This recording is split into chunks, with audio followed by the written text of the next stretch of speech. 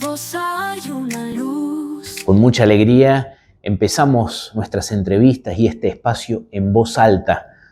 Un momento para dialogar, para conversar y compartir experiencias de historias que sanan, de palabras que construyen y de esa caridad que transforma nuestra vida. Y hoy comenzamos con Cecilia, alguien que durante toda su vida vivió la solidaridad, fue testigo de lo que es ayudar y ser ayudado, y hoy también en Cáritas Córdoba, ella a través de distintos talleres, de los emprendimientos, del banco de telas, como voluntaria, vive esta historia que se transforma gracias a la solidaridad y a la esperanza.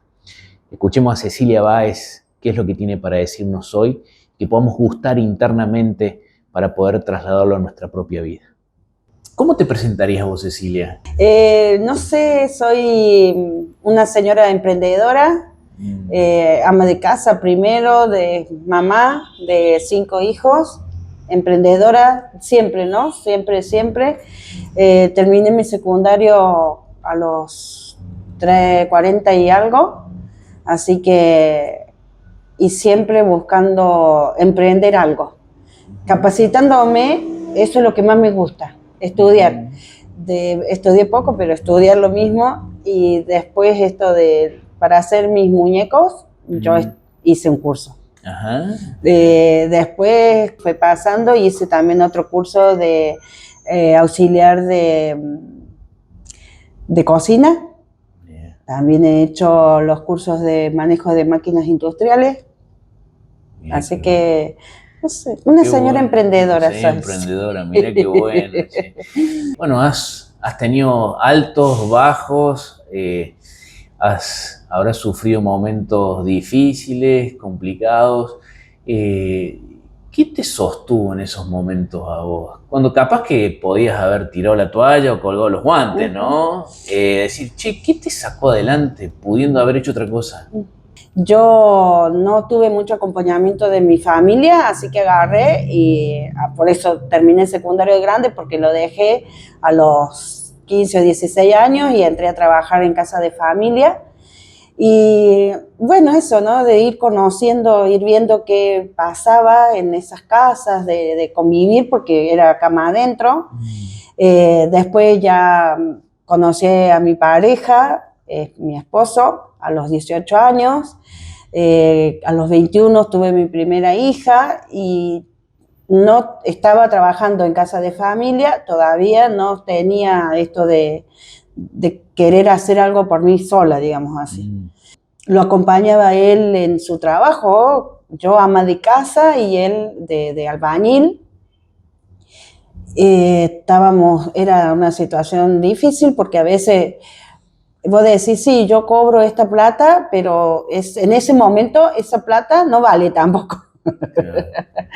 Porque las chicas, mis hijas, ahora ya adultas, me veían ahí los cuadernitos de donde yo compraba el kilo de azúcar allá por el 90 y pico en 50 centavos. Mira. Me dice, mami, ¿cómo podías comprar el kilo de azúcar en 50 centavos? Bueno, pero para llegar a esos 50 centavos era un montón de laburo lo que había que hacer, le digo yo, y economizar en la casa como se pudiera.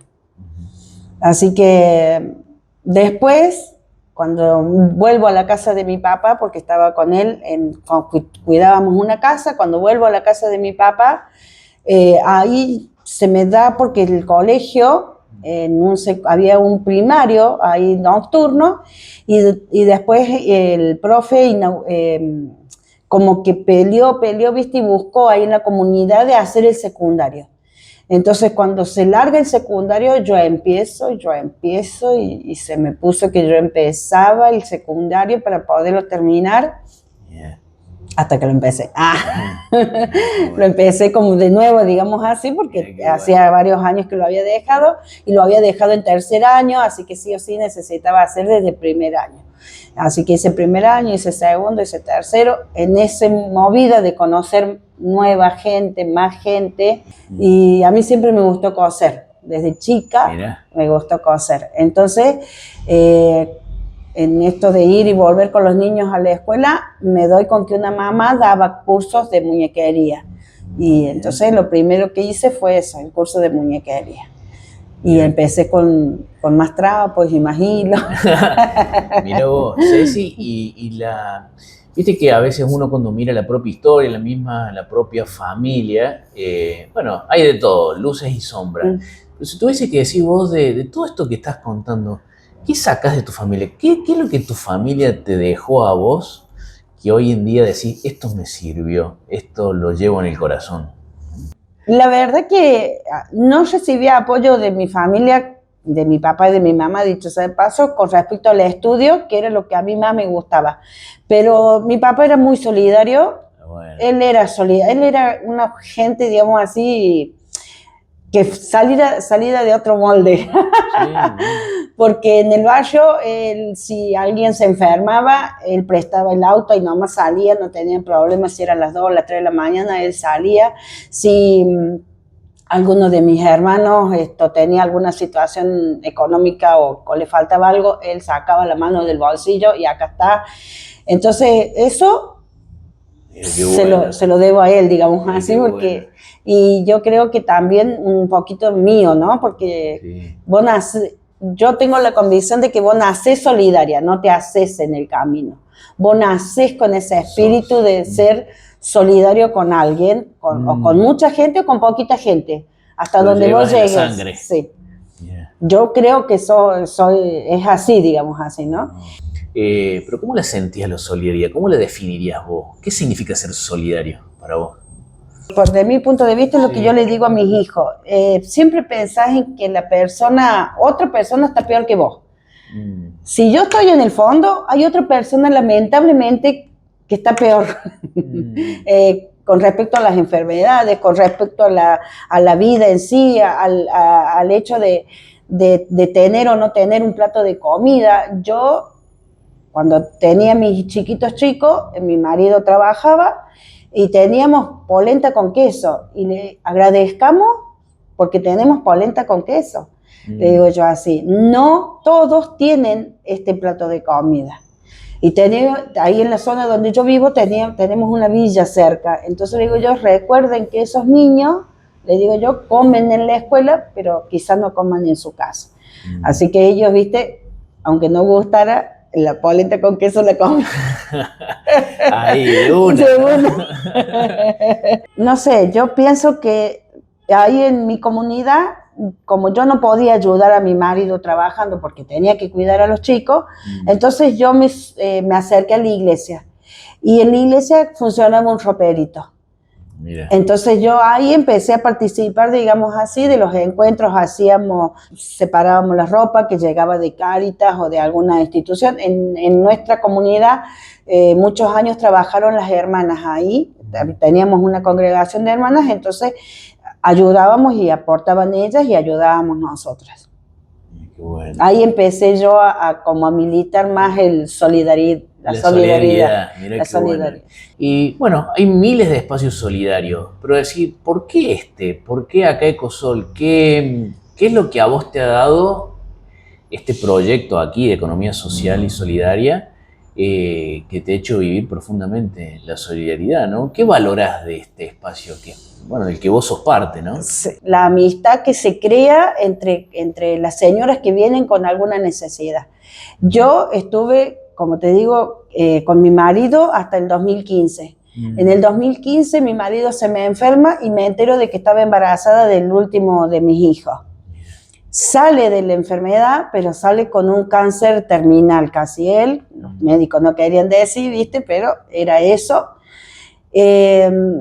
Y estábamos, como quien dice, en la lona, porque yo no tenía casa, él tampoco, en lo que habíamos hecho, en la vida que habíamos hecho juntas, todavía no habíamos llegado a concretar nada.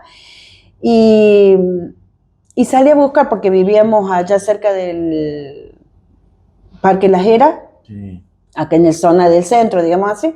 Así que salí a buscar Cáritas, a dónde estaba Cáritas, cómo podía llegar a Cáritas, y así fue que en el 2017 llegué abajo a Cáritas. Yeah. Llegué a tocar la puerta. Todavía ahí funcionaban unas asistentes sociales que me hablaron, me escucharon, escucharon mi situación, y al lado de acá estaba el espacio chiquito ese del garaje, donde está ahora el roperito. Sí. Ahí estaba el local de Sentir el Arte. Y conversé con Jere, creo que se llamaba el chico, y conversé con él, me comentó, me habló del banco de telas. Yo digo, el banco, digo yo, acá un banco. Porque lo primero que dijo, banco, y claro, eso me quedó ahí. Bueno, digo yo, bueno, la próxima vez que venga, ¿viste? Bueno, porque ahí me decía él cómo podía yo poner mis productos o mis cositas. Así que como al mes recién volví, y ahí conversamos mejor, y ahí le entendí mejor. Claro, de telas. De que era de telas el banco, así que me convidó a que pasara el espacio. Mira qué bueno. Y bueno, y ahí encontré a la Susana, a la Romina, a Cristina, gente muy solidaria, que compartía, que quería el bien para nosotras también, y que te daba como una fortaleza donde vos decías, yo acá, porque la verdad en esa vuelta que yo vine, me sentía sola.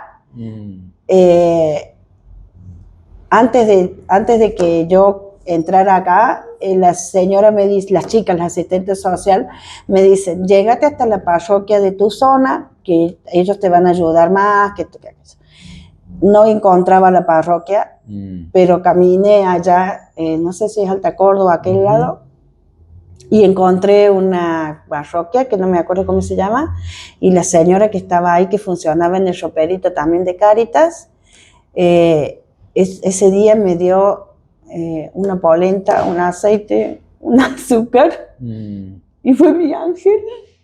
Y disculpen. No, está bien. Pero me sostuvo en ese día que necesitaba eso. Andaba con mi nenita y me daba vergüenza, porque era como que habíamos hecho mal las cosas. Pero la señora Cristina me dice, no, me dijo, no hiciste nada mal, son situaciones en las que vos tenés que ir fortaleciéndote más. Y eso, yo la sentí a ella mi ángel, y ella me dijo, siempre va a haber un ángel que va a estar con vos, y que siempre dice de alguna forma te van a ayudar. Y fue así. Después volví acá, las encontré a las chicas, y fue creciendo esa cuestión, ¿no? De que siempre hay alguien, por más que uno piensa por ahí, viste, que alguien está peor que vos, pero a veces no se ve. Y no lo podés ver porque estás tan angustiada y estás tan mal que no lo ves hasta que lo ves. Hasta que lo ves. Hasta que lo ves. Qué bueno. En base a lo que vos viviste, ¿no? Nosotros llamamos este espacio en voz alta, ¿no? ¿Qué dirías vos en voz alta? ¿Qué le dirías en voz alta a la gente? ¿Qué le dirías en voz alta a los jóvenes? ¿Qué le dirías en voz alta a la gente que por ahí está desanimada? ¿Qué le dirías en voz alta al que no está pasando por un buen momento? O incluso, ¿qué le dirías en voz alta a la gente que, bueno, que también está metida en estos proyectos o que tiene el deseo de ayudar? ¿Qué le dirías en voz alta vos a la gente? Que siempre hay algo, o siempre va a haber alguien que las va a ayudar.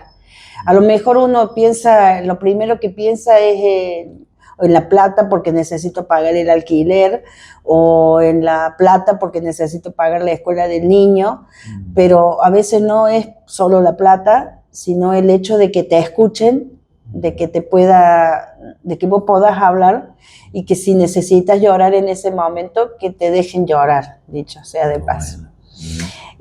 A la gente que quiere ser solidaria, que no lo deje de pensar nunca, que siga pensando y que se arriesgue a ser solidaria, porque le va a llenar el alma.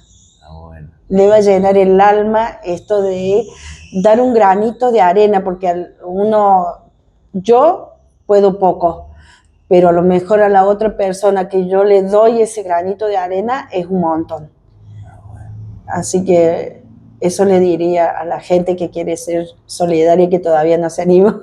Está bueno, está bueno. Y tus palabras también que nos ayudan a creer que vale la pena todo esto, ¿no? Sí, obvio, sí. Es fundamental que las personas sientan o piensen en la solidaridad que transforma a las personas, que la ayudas y quizás en algún momento llegue a transformar el mundo. Bueno. De que la gente que está sola no se sienta tan sola. Bueno. Genial, che. Muchísimas gracias.